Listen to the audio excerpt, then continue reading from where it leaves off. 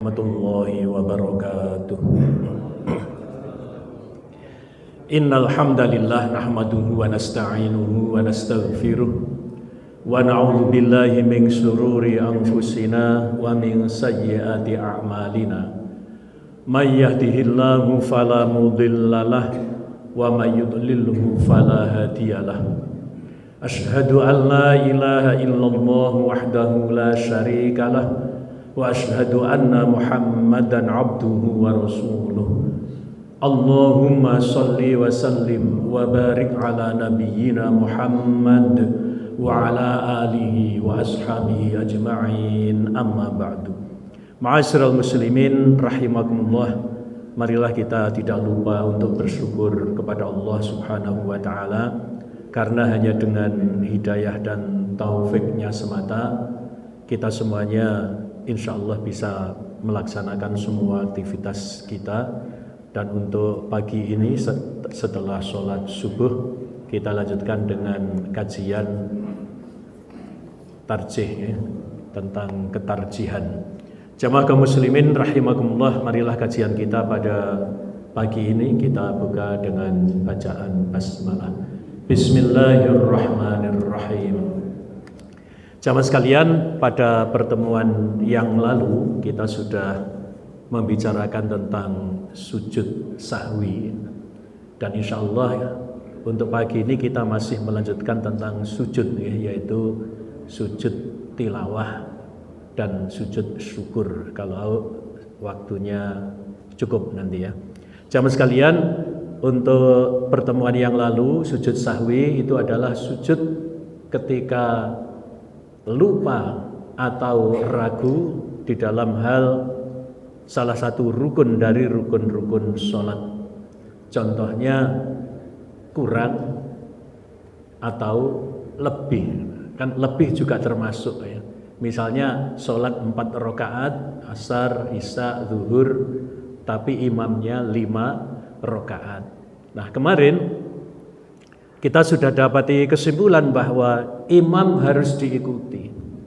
Jadi meskipun imamnya itu 5 rakaat, kemudian diingatkan dengan ucapan subhanallah, tetap saja berdiri, maka harus ya, jamaah ngikut. Jadi tidak boleh duduk, tapi tetap ikut berdiri.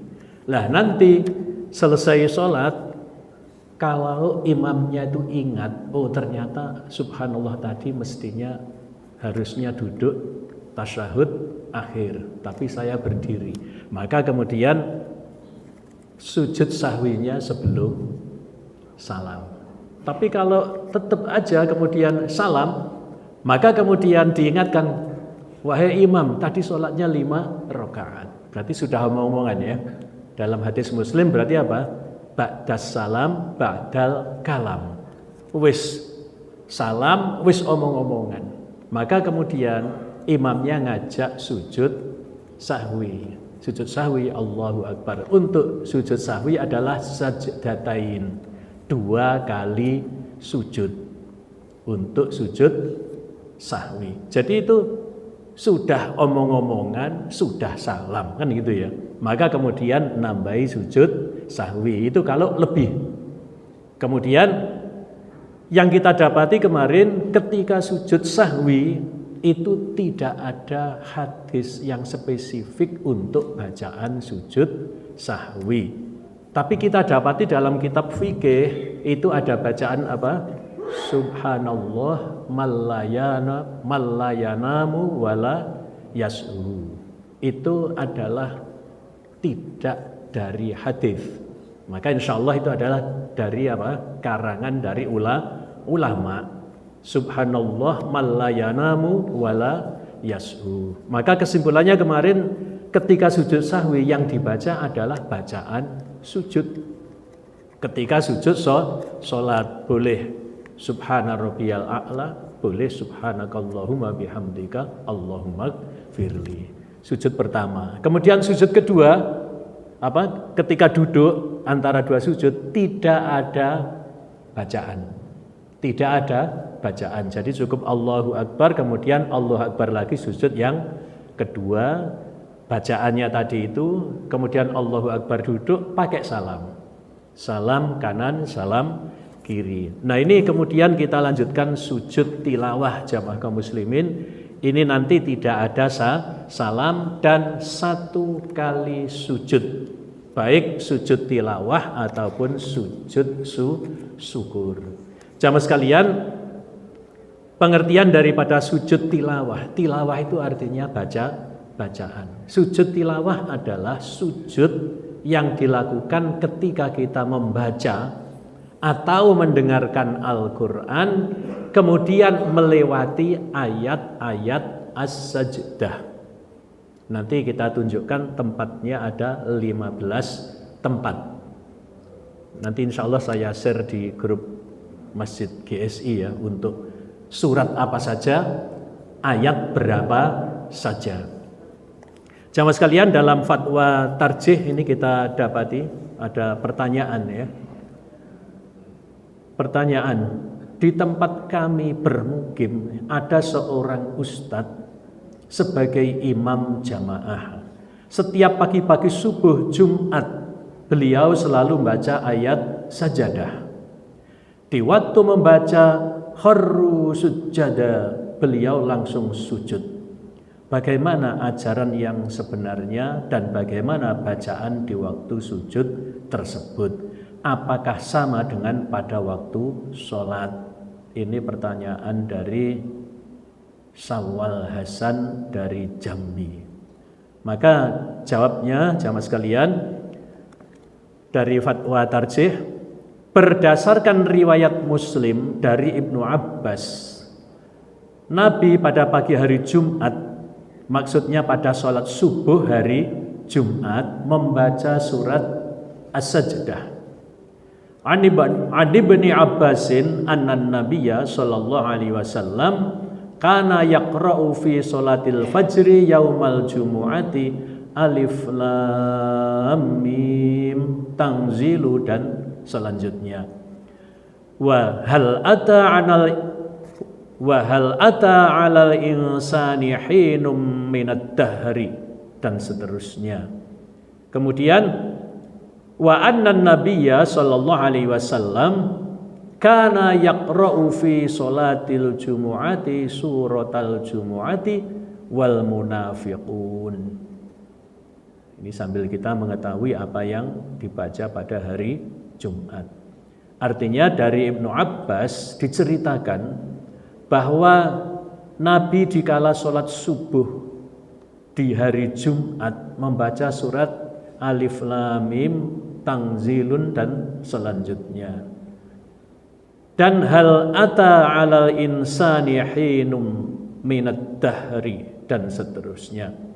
Dan Nabi pada sholat Jumat membaca surat Al-Jumu'ah dan surat Al-Munafiqun. Jadi pada hari Jumat artinya pada waktu sholat Jum'ah, Nabi juga biasa membaca surat apa tadi itu? Al-Jumu'ah dan Al-Munafiqun.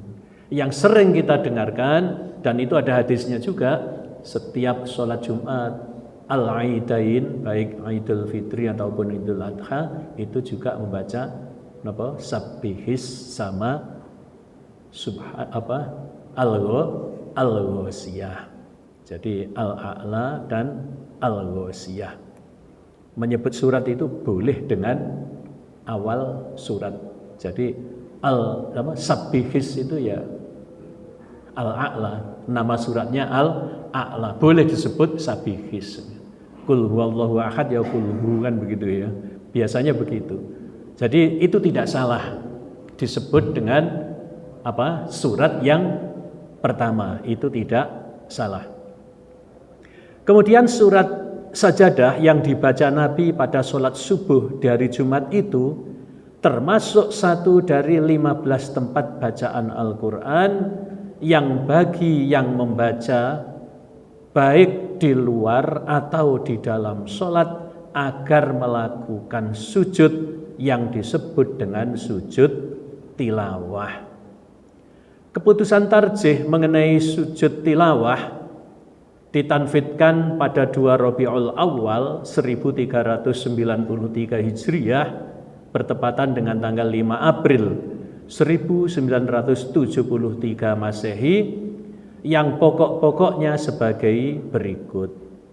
Apabila mendengar atau membaca Al-Quran, baik dalam sholat maupun di luar sholat, dan terbaca atau melewati ayat As-Sajdah, maka menurut tuntunan kita harus bertakbir. Ini dalam tarjih nih. Yang perlu kita cermati kata-kata harus. Ya, kata-kata harus ini tidak berarti wajib. Jadi kalau orang Sumatera harus itu ya tidak diartikan wajib. Jadi ini harus, dalam lafadznya ini adalah harus ya. Harus bertakbir dan melakukan sujud sebagaimana sujud di waktu sholat, tetapi hanya 1 kali dengan membaca pada waktu sujud. Nah ini jamaah kaum muslimin juga saya cek di dalam, karena ini babnya ada khusus di Bulughul Maram, ini ya, lengkap ini hadisnya dalam Bulughul Maram. Kalau untuk sujud sahwi kemarin dan sujud syukur itu tidak ada bacaan khusus waktu sujud. Ya berarti ya bacaannya waktu sholat. Tadi saya katakan subhanallah man la yanamu wa la yashu, itu tidak ada dalam hadis kan gitu ya. Lah akan tetapi untuk sujud tilawah ini ada. Kalau kita cek di Subulus Salam, ini adalah hadis riwayat Ahmad, Baihaqi dan Al-Hakim, dan disahihkan oleh Ibnu Sakan. Nah jamaah sekalian, maka ini dicantumkan juga di dalam tarjih ini hadis tentang membaca ketika sujud tilawah. Bacaannya berbunyi sajada wajhiya lilladzi khalaqahu wa sawwarahu wa saqqa sam'ahu wa basarahu bihaulihi wa quwwatihi. Jadi ketika sujud sekali saja baca apa? Sajada wajhiya lilladzi khalaqahu wa sawwarahu wa saqqa sam'ahu wa basarahu bihaulihi wa quwwatihi. Dalam Subulus Salam boleh ada tambahan karena ada riwayat ya, tambahannya adalah fatabarakallahu ahsanul kholiqin. Tapi untuk ditarjih tidak ada tambahan itu. Jadi cukup sajada wajhiya lilladzi khalaqahu wa sawwarahu wa saqqa sam'ahu wa basaruhu bihaulihi wa quwwatihi. Sajada wajhiya, wajahku bersujud ya, kepada yang menciptakannya dan yang membentuknya.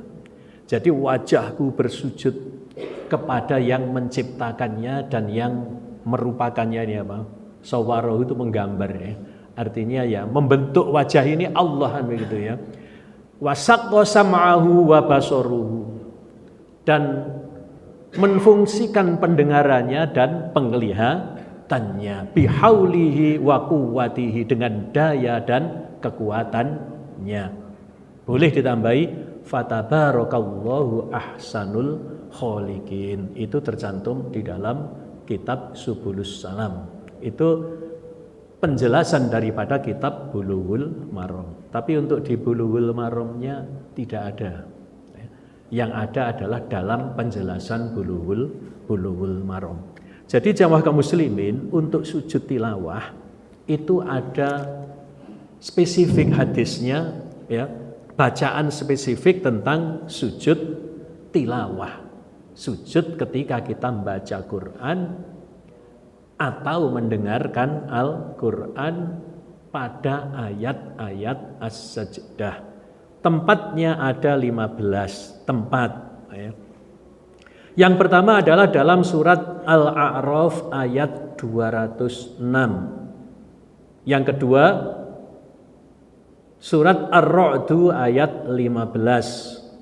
Yang ketiga surat An-Nahl ayat 49 sampai 50.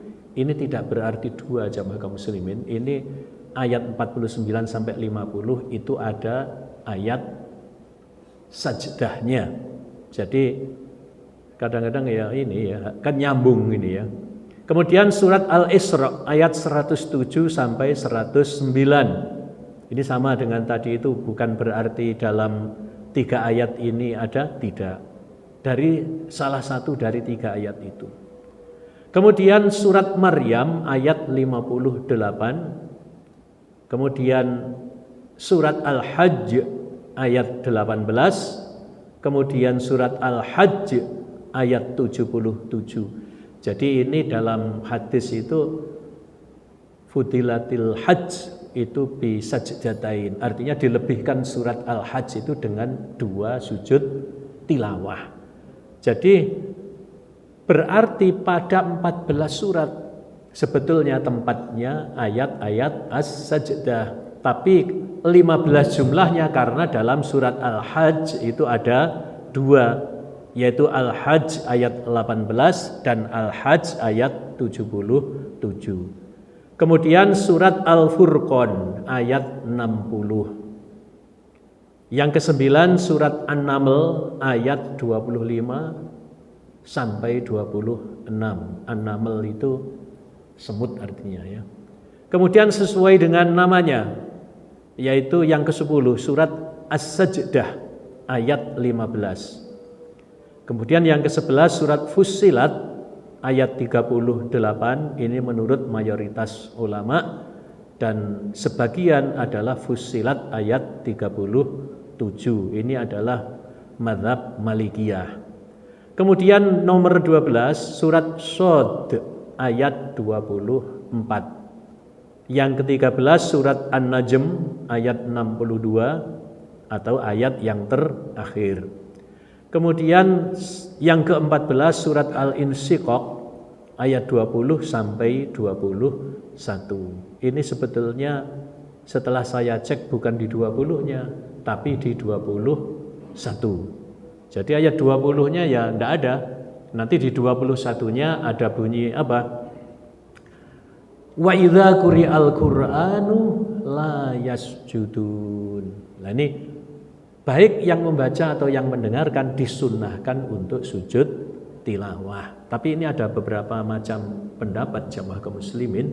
Di antaranya karena yang membaca atau yang mendengarkan itu disunnahkan sujud tilawah, maka ada sebagian yang berpendapat bahwa kalau yang membaca itu sujud, maka yang mendengarkan sujud.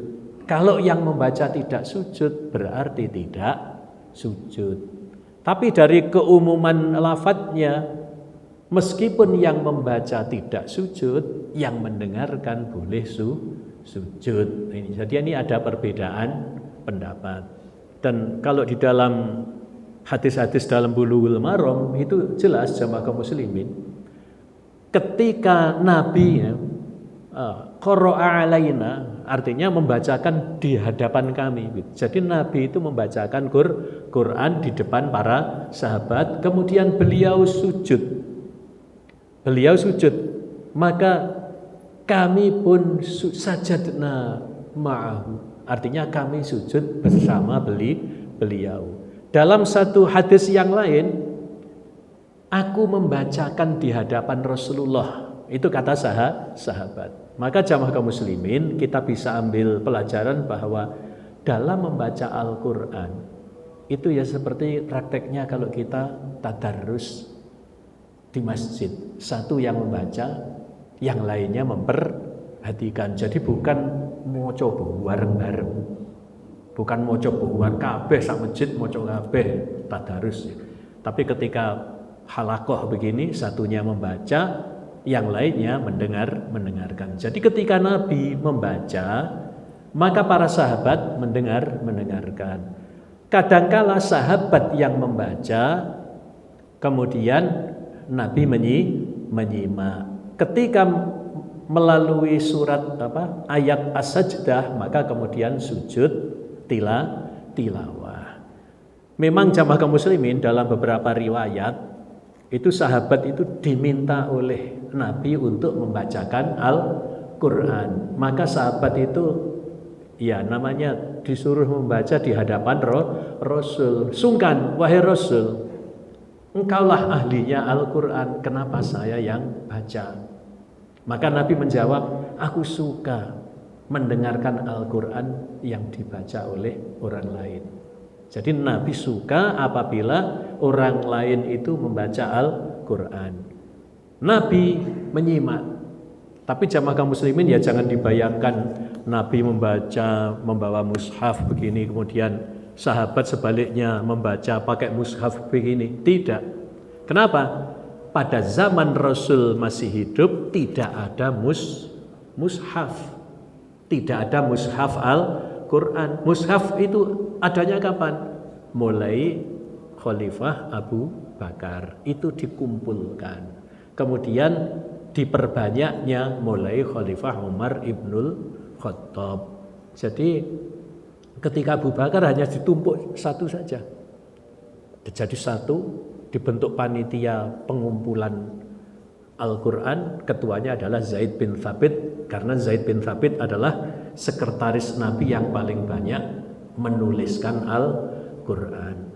Pada zaman Umar ibnul Khattab itu, zaman Umar ibnul Khattab tidak ada perkembangan. Artinya apa? Hanya mushaf yang ditumpuk di zaman Abu Bakar itu disimpan di rumah Umar ibnul Khattab. Setelah wafat disimpan di rumah Hafsah binti Umar ibnul Khattab. Maka kemudian pada zaman Utsman bin Affan itu yang diperbanyak, disalin, diperbanyak, setiap negara dikirimi satu.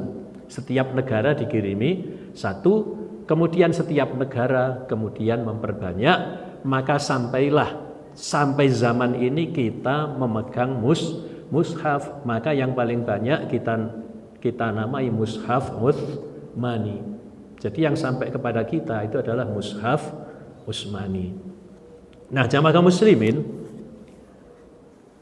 di dalam sujud tilawah ini ada beberapa dalil ya, diantaranya dari Al-Quran dulu ya. Yang pertama adalah surat Maryam ayat 58. Ini dalil disyariatkannya sujud tilawah. Idza tutla alaihim ayatur rahmani kharru sujjatan wa bukiya.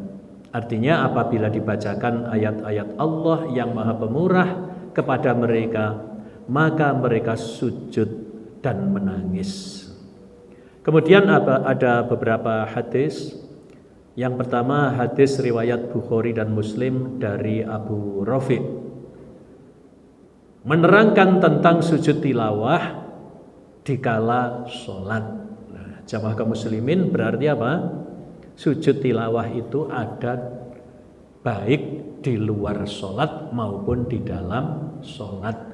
Jadi kalau membaca Qur'annya itu di waktu sholat, ya berarti waktu sholat itu adalah sujud tilawah. Tapi kalau membacanya di luar sholat, berarti ya sujud tilawahnya di luar sholat. Lah bagaimana prakteknya jamaah kaum muslimin? Tadi dalam surat napa menika kan terakhir ya, Al-Alaq ayat 19. Juga surat apa yang terakhir tadi itu, An-Najm ayat 62. Bagaimana itu imamnya kalau melakukan sujud tilawah? Prakteknya bagaimana?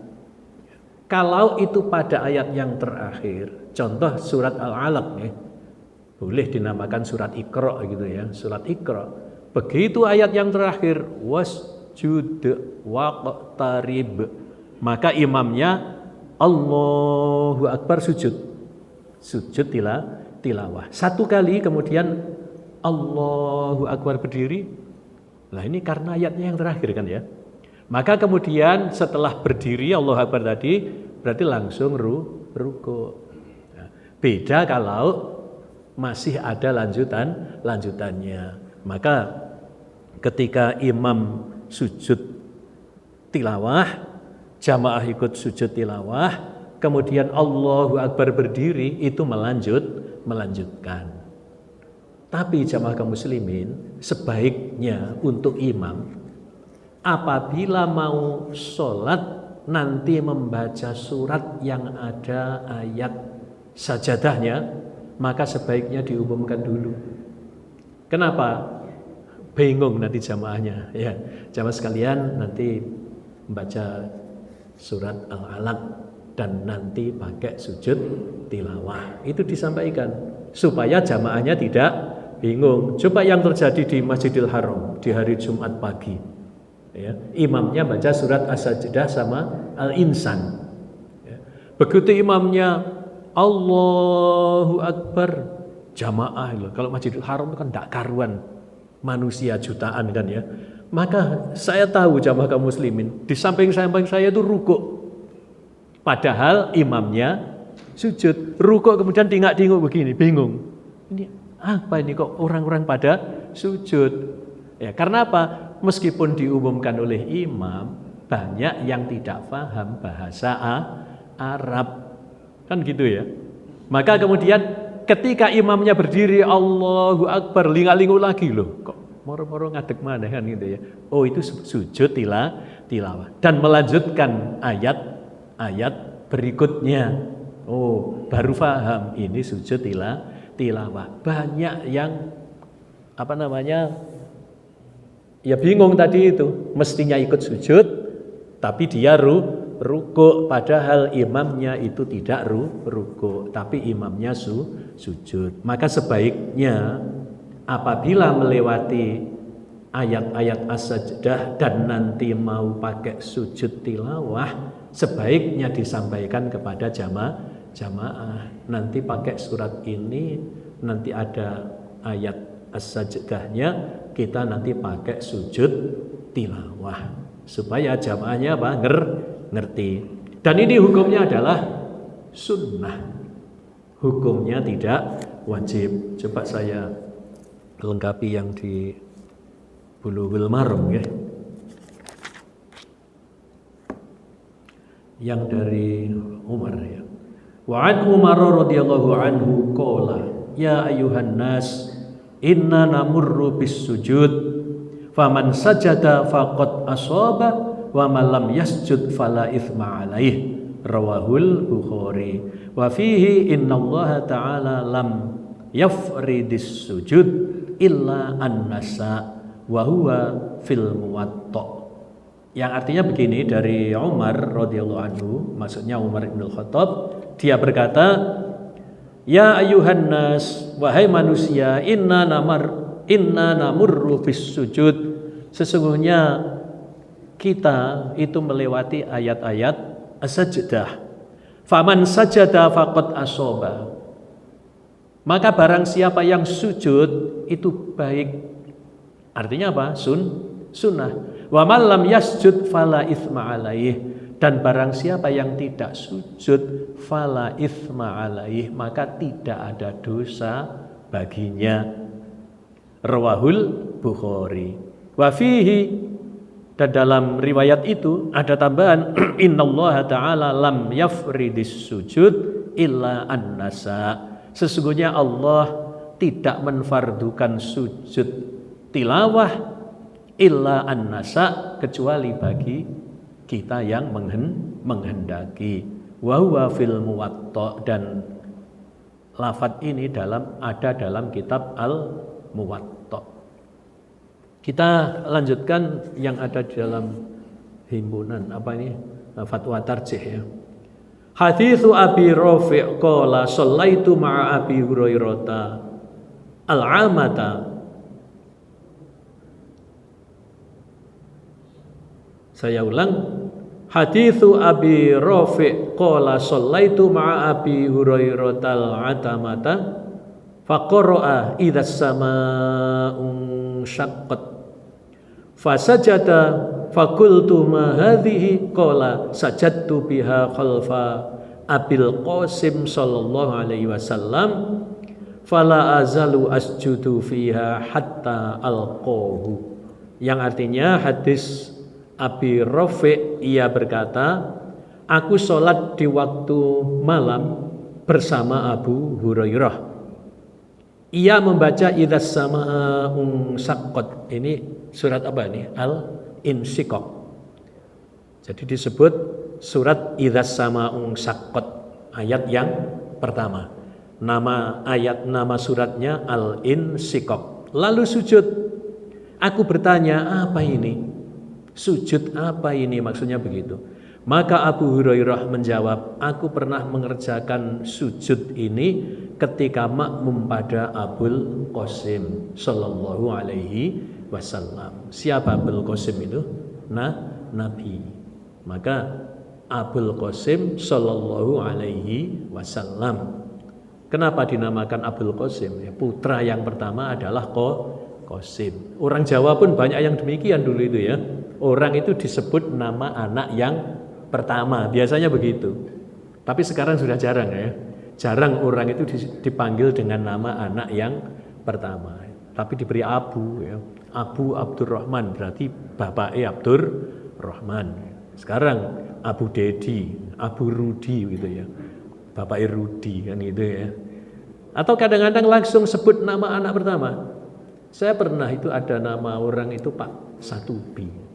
Tapi orang itu namanya bukan Pak Satubi sebetulnya. Ternyata Pak Satubi itu anak dia yang pertama.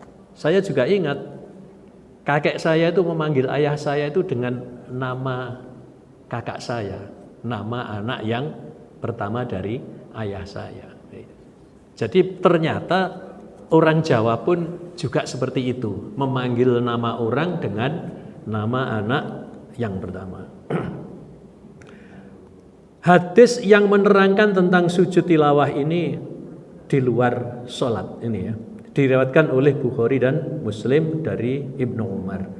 Jadi tadi itu yang sujud tilawah di dalam sholat. Sekarang ini hadis tentang sujud tilawah di luar sholat. Hadits Ibnu Umar qala kana an-nabiyyu sallallahu alaihi wasallam yaqra'u alaina surata fiha sajdatu fayasjudu wa nasjudu hatta ma yajida ahaduna maudi'a jabhatihi. Yang artinya hadis Ibnu Umar, ia berkata, dahulu pernah Nabi membacakan Al-Quran kepada kami. Jadi Nabi membacakan Al-Quran yang di dalamnya ada ayat sajadah. Lalu beliau sujud, kami pun sujud bersama beliau. Sehingga di antara kami ada yang tidak mendapatkan tempat sujud. Nah, ini kemungkinan kita bayangkan kok sampai nggak dapat tempat sujud itu gimana? Karena waktu baca itu kan ngumpul begini ya, halakoh begitu ya. Kemudian Nabi membacakan Al-Quran. Maka ketika sujud kan umpel-umpelan gitu ya. Ketika sujud umpel-umpelan, maka di antara kami ada yang sampai tidak mendapatkan tempat sujud. Jadi jamaah kaum muslimin, ketika Al-Quran itu turun, Nabi itu langsung hafal. Kemudian mengajarkan kepada para sahabat. Para sahabat pun langsung banyak yang hafal. Itu mereka adalah para penghafal Al-Quran. Bahkan sebagian mereka menulis. Itu orang-orang tertentu. Artinya yang ahli menulis dan membaca. Dan yang paling banyak itu adalah sekretaris Nabi yang bernama Zaid bin Thabit. Itu ketika ayat turun pasti nuliskan itu. Maka ketika kompilasi Al-Quran itu dia menjadi ketua panitia itu 2 kali jamaah kaum muslimin. Ketua panitia zaman Abu Bakar, kemudian ketua panitia pada zaman Utsman bin Affan. Itu semua panitianya adalah Zaid bin Thabit. Kemudian hadis riwayat Abu Dawud dan Ibnu Majah dan Amr bin As menerangkan tentang melaksanakan sujud tilawah pada 15 bacaan. 15 bacaan itu ya yang tadi saya sebutkan itu jamaah kaum muslimin ya. Haditsu Amr bin Al-As anna Rasulullah sallallahu alaihi wasallam aqra'ahu 15 sajadatan fil Qur'ani minha 3 fil mufassal wa fil haji sajdatain. Artinya dari Amr bin As ya, menerangkan bahwa Nabi mengerjakan kepadanya, mengerjakan sujud maksudnya ya, 15 ayat sajadah dalam Al-Quran. 3 diantaranya di dalam surat Al-Mufassal, itu surat-surat pendek seperti Al-Insyiqaq dan surat Al-Alaq, itu termasuk surat pendek ya. Dan 2 diantaranya dalam surat Al-Hajj tadi itu. Jadi jamaah kaum muslimin, ada 15 tempat ayat-ayat as-sajdah dalam Al-Quran. Maka hukumnya adalah sunnah melakukan sujud tilawah. Jadi tidak wajib. Berarti kalau kita melaksanakan, ya berarti mendapatkan pahala. Kalau tidak, ya tidak dosa. Dan ini adalah baik di luar sholat maupun di dalam sholat. Cuma sebaiknya imam itu mengumumkan. Kemudian jamaah kaum muslimin, ini saya bacakan dalam Bulughul Maram untuk melengkapi, berarti selesai bab sujud. Sujud sahwi sudah, sujud tilawah sudah, ini sujud syukur. Sujud syukur. Hadis yang pertama, wa an Abi Bakrah radhiyallahu anhu annan nabiyya kana idza ja'ahu khabarun yasurruhu kharra sajidan lillahi, rawahul khamsah illan Nasa'i. Dari Abu Bakrah radhiyallahu anhu bahwa sesungguhnya Nabi SAW apabila datang kepadanya khabarun yasurruhu, kabar yang menggembirakan, kharra sajidan lillah, beliau tersungkur sujud kepada Allah, sujud untuk Allah, rawahul khamsah illan Nasa'i, diriwayatkan oleh 5 ahli hadis kecuali Imam An-Nasa'i. Jamaah kaum muslimin, ini bahwa ketika Nabi mendapatkan kabar gembira, itu sujud syukur. Nah, sujud syukur itu juga 1 kali. Tidak ada bacaan tertentu ketika sujud syukur. Maka jamaah kaum muslimin, kita bisa memberikan definisi bahwa sujud syukur adalah sujud yang dilakukan ketika kita mendapatkan kabar gembira atau mendapatkan kenikmatan yang besar, atau kita ini terhindar dari musibah. Itu sujud syukur. Artinya apa?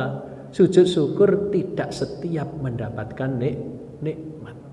Tidak setiap mendapatkan nikmat itu sujud syukur. Kenapa? Sepanjang hidup kita ini mendapatkan nikmat. Coba nafas ini nikmat apa tidak? Kita bisa bernafas kan nikmat. Lah kalau setiap mendapatkan nikmat sujud syukur, waktu kita terus seharian itu sujud syukur, maka tidak disyariatkan setiap mendapatkan nikmat itu sujud syukur. Berarti apa? Sujud syukur itu ya ketika temporal ya, artinya momen-momen tertentu. Coba hadis berikutnya ini ketika apa nih ya? Wa an Abdurrahman bin Auf radhiyallahu anhu qala sajadan Nabiyyu sallallahu alaihi wasallam fa atala sujud thumma rafa'a ra'sahu faqala inna Jibrila atani fabasyarani fasajadtu lillahi syukra, rawahu Ahmad. Artinya dari Abdurrahman bin Auf, dia berkata Nabi sujud, fa'atolas sujud dengan sujud yang panjang, thumma rafa'a ra'sahu, kemudian mengangkat kepala beliau, faqala, kemudian bersabda inna Jibrila atani fabasyaroni, sesungguhnya telah datang Jibril kepadaku dan memberikan kabar gembira kepadaku. Fasajadtu lillahi syukra, maka aku sujud syukur kepada Allah. Jamaah sekalian, kalau dalam Subulus Salam ini ada penjelasannya bahwa Apa kabar dari Jibril kepada Nabi? Kabarnya itu adalah apa? Jibril mengatakan kepada Nabi, man shalla alaihi sallallahu alaihi wasallam sholatan sallallahu alaihi asyra. Jibril mengatakan, barang siapa yang membaca sholawat kepada Nabi 1 kali sholawat, maka Allah bersolawat kepadanya 10 kali. Ini kabar gembira. Maka Nabi sujud syukur. Maka jamaah sekalian, kita ini kan disunnahkan, ya, diperintahkan supaya banyak baca sholawat. Kenapa? Sekali kita bersolawat, Allah bersolawat kepada kita 10 kali. Tapi jamaah kaum muslimin, bacaan sholawat itu kan Allahumma sholli ala Muhammad, itu paling pendek. Paling panjangnya sholawat Ibrahimi. Jangan panjenengan membayangkan Allah bersolawat kepada kita itu dengan mengucapkan Allahumma. Berarti Allah mengucapkan ya Allah, kan begitu ya? Ya tidak tentunya ya. Maksudnya adalah Allah itu memberikan rahmat, memberikan berkah, memberikan kedamaian kepada kita itu 10 kali. Maka kalau ada yang bertanya, kenapa ya orang Islam itu kok masih diperintahkan untuk mendoakan nabinya? Berarti nabinya itu belum dijamin, kan gitu ya. Nah, ini kita harus bisa jawab. Apalagi orang-orang yang anti Islam kan ya. Wong nabi ini umat Islam loh masih diminta didoakan. Nyatanya umat Islam itu diperintah untuk bersolawat. Solawat itu kan doa. Jawab kita bagaimana itu? Jawab kita, solawat kita kepada Nabi itu bukan untuk Nabi. Tapi solawat kita itu adalah untuk diri kita sendiri. Kenapa? Kalau kita sekali baca solawat, Allah bersolawat kepada kita 10 kali lipat. Selain itu, orang yang banyak baca solawat dijanjikan nanti akan mendapatkan syafaat. Berarti solawat untuk siapa? Untuk kita sendiri. Kemudian yang terakhir jamaah kaum muslimin ini, wa anil Barra ibni Azib radhiyallahu anhu anna nabiyya ba'atha aliyan ilal yamani fa dzakarul hadits qala fakataba aliyun bi islamihim falamma qara'a Rasulullah sallallahu alaihi wasallam alkitaba kharra sajidan syukralillahi ta'ala ala dzalik. Rawahul Baihaqi wa asluhu fil Bukhari. Ini dari Al-Barra bin Azib radhiyallahu anhu bahwa sesungguhnya Nabi ba'atha aliyan ilal yamani, mengutus Ali radhiyallahu anhu ke negeri Yaman. Fadzakarul hadits, maka perawi menyebutkan hadis tentang ini. Qala fakataba aliyun bi islamihim, perawi mengatakan maka Ali menulis surat tentang masuknya Islam orang-orang negeri Yaman. Falamma qara'a Rasulullah sallallahu alaihi wasallam alkitaba, maka ketika Nabi itu membaca surat itu, alkitabah itu kata bailah menulis ya. Alkitabah itu berarti apa? Tulisan itu maksudnya ya surat itu. Kharra sajidan syukralillahi ta'ala ala dzalik. Maka Nabi bersujud karena syukurnya kepada Allah Ta'ala ala dzalik, atas Islamnya orang-orang negeri Yaman. Kesimpulannya jamaah kaum muslimin, sujud syukur itu hanya momen-momen tertentu. Jadi kalau kita dapati, kalau saya pernah mendapati seorang jamaah di masjid itu setiap selesai sholat fardu itu sujud. Maka ketika ditanya sujud apa itu? Sujud syukur. Lah sekarang Nabi mencontohkan apa tidak? Setiap selesai sholat sujud syukur. Mestinya sujud syukur itu adalah momen-momen tertentu. Nabi ketika apa? Dapat berita gembira dari Jibril. Nabi dapat surat dari Ali bin Abi Thalib yang diutus ke Yaman. Orang Yaman masuk Islam semuanya. Nabi sujud syukur. Panjenengan kita nikah dapat istri, sujud syukur. Istri hamil, sujud syukur.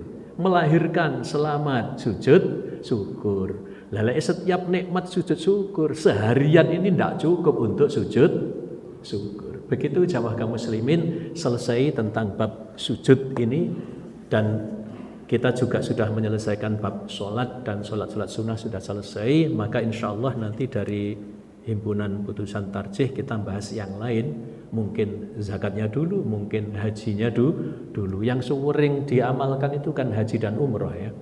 Perlu kita mengetahui bagaimana umroh itu yang benar kan begitu ya. Kadang-kadang kita kan ngikut aja itu, ya, ngikut aja. Maka kemudian termasuk saya pernah melihat orang luar negeri itu ngikut-ngikut bangsa Indonesia ya. Orang Indonesia itu kan ara-araan gocek-gocekan ngono terus dipandu kan gitu ya. Maka ketika tawaf itu baca ini, Subhanallah walhamdulillah wala ilaha illallah Allahu akbar la haula wala quwata illa billahil aliyil azim, sepanjang waktu tawaf. Ya, seperti itu. Lah itu benar apa enggak kira-kira? Bareng-bareng maca seperti itu. Mutawifnya yang jadi waktu sa'i juga demikian. Waktu sampai di rukun Yamani, Rabbana Atina, menirukan. Nah, maka saya lihat itu orang Iran, ya, bareng-bareng, nggak tahu mirip-mirip orang Iran, saya nggak tahu orang mana ya. Ikut-ikut, Subhanallah, dan itu lagu Indonesia banget gitu loh ya. Maka kalau umroh itu sebetulnya bagaimana, waktu tawaf, waktu sa'i itu bagaimana, perlu kita ngaji kan gitu ya. Terus kalau manasik itu dipakai apa enggak? Jadi orang mau umroh kan ada manasik dulu, nanti waktu ini gini yang dibaca, waktu nanti di bukit apa namanya Sofa begini, di bukit Marwah begini. Tapi gak ngapalkan, maka mengandalkan mutawif, mestinya itu menghafalkan. Jadi orang itu mau melaksanakan itu harus tahu ilmunya dulu. Jadi jangan mengandalkan mutawif terus dituntuni, terus nirukan. Ya, ini perlu kita koreksi kan gitu ya. Sampai dilakukan, sampai orang luar negeri mengikuti orang-orang Indonesia. Kok orang Kuwait ya, orang Indonesia itu sangat kelihatan gaya nyolok-nyolok Indonesia. Nanti keliling bareng-bareng, abang-abang mesti orang Indonesia. Batik mesti orang Indonesia. Andonisi mesti gitu orang sana ya, Andonisi. Tidak bisa ngomong Indonesia, Andonisi. Demikian jamaah kaum muslimin, mudah-mudahan bermanfaat. Nanti bisa dipraktekkan sujud tilawah dan sujud syukur oleh Pajero Spot. Kan tidak tiap hari beli Pajero Spot ya, sujud syukur. Karena tidak tiap hari beli Pajero Spot kan gitu ya. Demikian kita tutup dengan bacaan hamdalah dan kafaratul majlis. Alhamdulillahirabbil alamin. Subhanakallahumma bihamdika asyhadu an la ilaha illa anta astaghfiruka wa atubu ilaik. Wallahu a'lam bissawab. Ada kekurangan mohon dimaafkan. Wassalamualaikum warahmatullahi wabarakatuh.